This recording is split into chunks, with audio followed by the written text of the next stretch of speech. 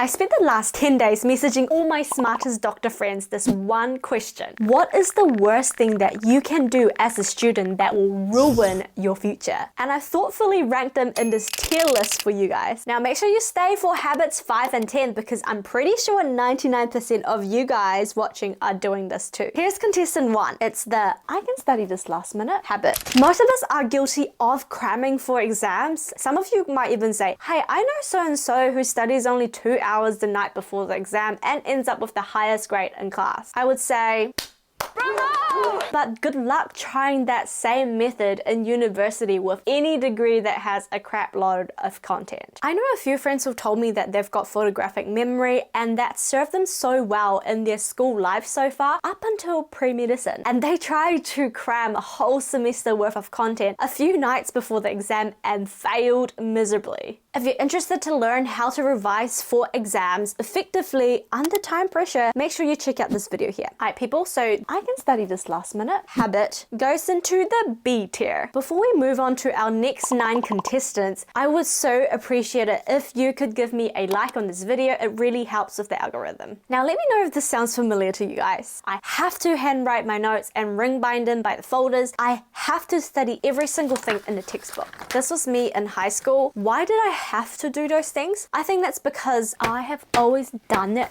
this way. Knowing that these things have worked for me before, I don't want to change. It's what I've been doing all my life. Here is why this habit is ranked S tier on the worst habits to have as a student, in my opinion. Now picture this with me. You just finished graduating high school and you enter university. You notice that the coursework is getting harder and harder each year. The content and the volume is just more and more, and the tests are getting more frequent. So you think to yourself, university is a lot harder than in high school. No shit, Sherlock. While others around you have moved on to writing notes on laptops, using flashcards, using exam papers early, you are still stuck using your high school study methods to study for university material because it's comfortable and safe. That's why you fail. I also talk about all the worst study techniques that you should avoid later on in the video, so make sure you don't miss out on that. Contestant number 3 is the I don't need sleep habit. I found that the funniest thing in university is that people love to compare how many hours they sleep. Oh bro, I only slept like 6 hours last night. And then you hear someone say, bro, I sleep like 4 hours every day. It's like sleeping as little as possible is some sort of achievement. Many studies have in fact suggested that poor sleep leads to poor grades. In a particular study in UC Berkeley, they've found that when you're in stage 3 of your sleep, short-term memory from the hippocampus gets transported into your long-term memory. So it's fairly obvious why you should prioritize sleep. The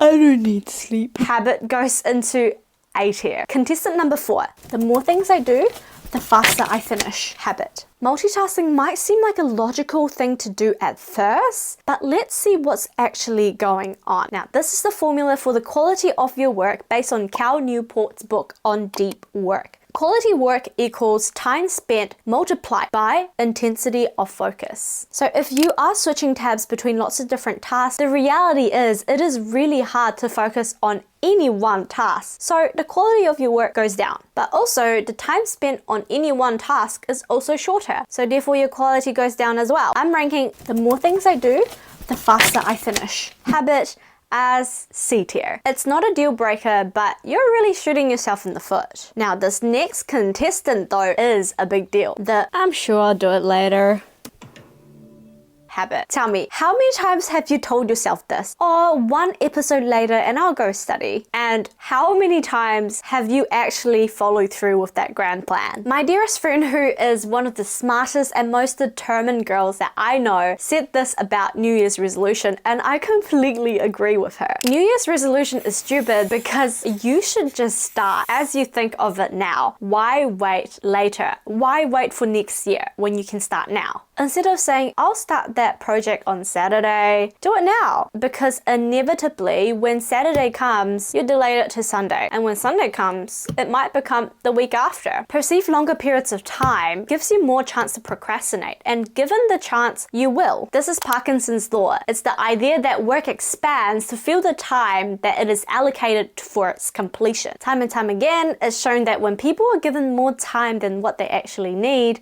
people tend to waste it. Time is a very scarce resource in med school, so because of that, this habit will have to go into A tier. Hey, if you're enjoying this video so far, make sure you hit that subscribe button and turn on your notifications. Contestant 6 is I like to highlight and reread my notes habit. Back in high school, I felt like I was studying so hard, but I didn't get the results that I wanted. What the heck is going on? I didn't realize back then that I was actually ticking off the most ineffective study techniques. Doing things like highlighting textbooks, rereading all my notes, and rewriting notes. These are all examples of passive learning. Ineffective. I just kept using the same techniques up until pre-med, and I thought, this is not working. Because I didn't know what I didn't know. 10 years ago, I didn't have the luxury to get access to videos like this teaching people on how to study. I had to learn by just seeing what other people are doing beside me and like copying them. Thankfully, I was surrounded by smarter people who have already figured it out earlier than I did. So I was copying forms of active learning, using mind maps to find connections between different concepts, repackaging new concepts into my own words, and most importantly, using exam papers early on. Many studies have actually shown that active learning is far more superior in understanding and retention compared to passive learning. I've ranked this habit as D tier because if you can pivot now, it's not too late. Do you guys agree with my tier list so far? Make sure you leave a comment below and let me know. Number 7, out of sight,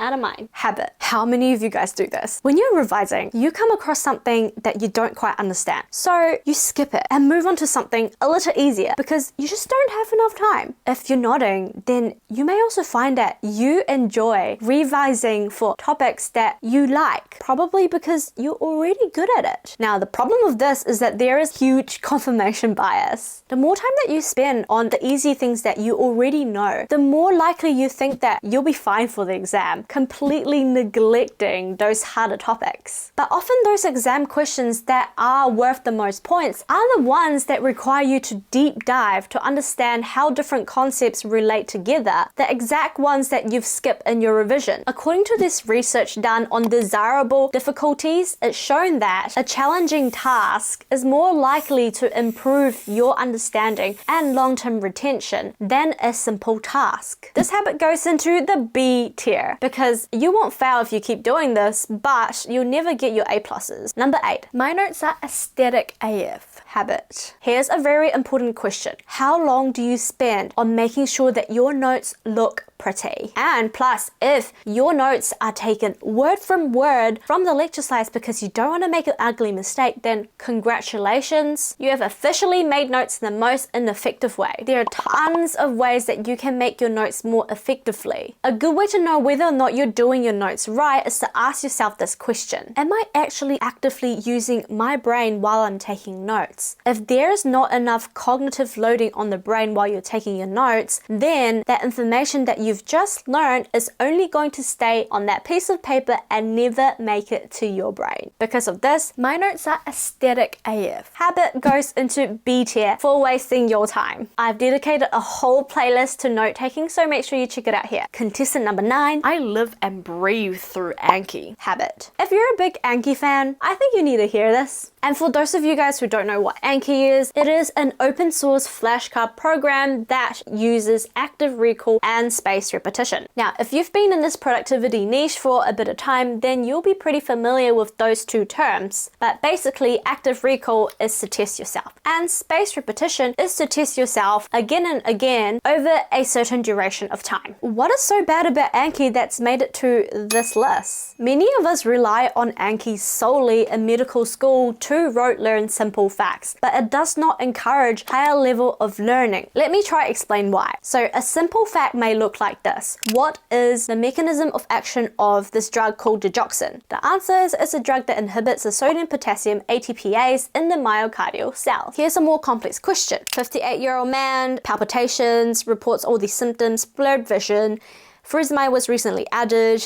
He currently is on amlodipine, carvedilol, digoxin, furosemide. He's confused. Blood test shows a digoxin level of 5 where the reference range is 2. What is most likely to have precipitated in this patient's condition? Okay, for example, to answer this question right, you need to know what are the causes of palpitation, What are the signs and symptoms of digoxin toxicity? What causes digoxin toxicity? What are the mechanism of actions of the 4 drugs that I talked about? How does any of this explain what's happening to the patient? If you know the answer, make sure you comment below. To answer questions like this, you need to know lots of different concepts and how they relate and interact with each other to understand the bigger picture. This process is also called encoding. Encoding helps that information stick in your working memory for much longer, and you're less likely to forget it compared to active recall and spaced repetition by itself. Hopefully I've illustrated how it is quite difficult to use Anki to achieve this level of higher learning. Again, you won't fail if you just use Anki, but it is less likely that you'll do really well if you rely on spaced repetition and active recall only. So because of that, it goes into C tier. Contestant 10, this is a biggie. The I'm never good enough habit. This is such a common inner dialogue that we have with ourselves. I don't know about you, but I do this at least once a day, every day. You might think this is pretty harmless, but the truth is it could be the biggest contributor to why you're failing, and here's why. Negative self-talk like, oh, I'm always lazy, I always procrastinate every time I study, can become a self-fulfilling prophecy and become your reality if you're not careful. Because the next time you study, your mind might go back to this thought, and you might think, oh, that's just me anyway, what's the point of trying? Like, even if your motivation was at 100% at the very beginning, you're more likely to become demotivated because of this self-fulfilling prophecy. I quote this from one of my wisest friends. I swear he can write a book. This is what he says. Your perspective becomes your actions, and recurrent actions becomes habits, and habits